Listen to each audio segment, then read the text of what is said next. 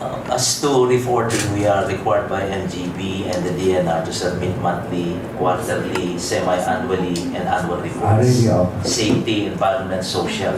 Paano yung monitoring team ng munisipyo doon? Wala kayong Well, we employ local residents, and if we violate anything, the government can just step in. But they're employees.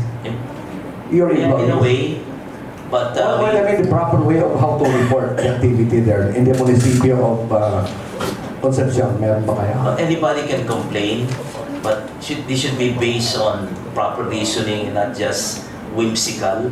Yeah? Yeah. So it can go to the municipal barangay government units, and then up to the DENR regional office, and up to the province.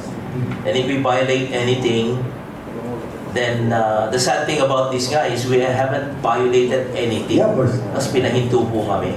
So it hurts our reputation as a company. Our company, Mr.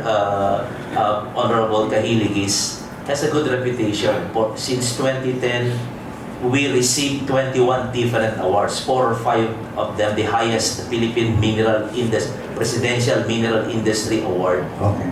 We don't come here to destroy the environment. We are backed by our reputation of taking care of the environment. The mining industry is the #1 reforester in the Philippines. Thank you for that. And our Agata project has partnered with the DOT of Region 13 to tourism to make that area a tourism destination. After your exploration. Right now, it's happening. Alright, okay. So it will be a resort at mag-i-invite nga po kami ng representatives, pero nahinto nga lang po kami. Just to show that mining and tourism can coexist. Provided we work together, magaling naman po ang Pilipino dyan, innovative.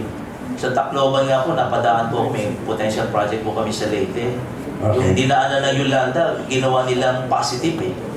So how about mining? And hindi lang po dito sa Pilipinas, and even Sa other parts. Leyte, ano? Yeah po.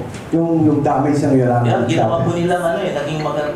Anyway, sa mining po, Malaysia, Sweden, Canada, even Philippines, yung mining pwede na po mag-partner sa tourism.